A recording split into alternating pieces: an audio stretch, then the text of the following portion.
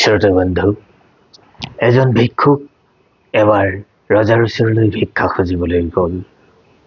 ৰজাই সেই মুহূৰ্তত প্ৰাৰ্থনা কৰি আছিল। প্ৰাৰ্থনা শেষ হোৱাৰ পিছত ভিক্ষুকৰ ওচৰ চপাত ভিক্ষুকে ৰজাৰ প্ৰাৰ্থনাৰ উদ্দেশ্যৰ বিষয়ে জানিবলৈ খুজিলে।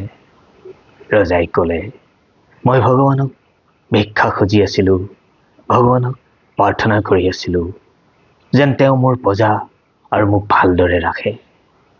কথাখিনি শুনি ভিক্ষুক যাবলৈ ওলাল।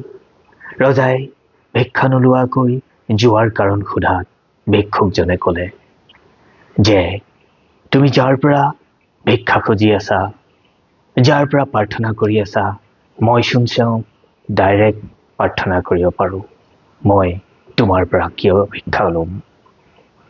শ্ৰোতা বন্ধু, এয়াই হৈছে বিশ্বাস আৰু আত্মবিশ্বাস।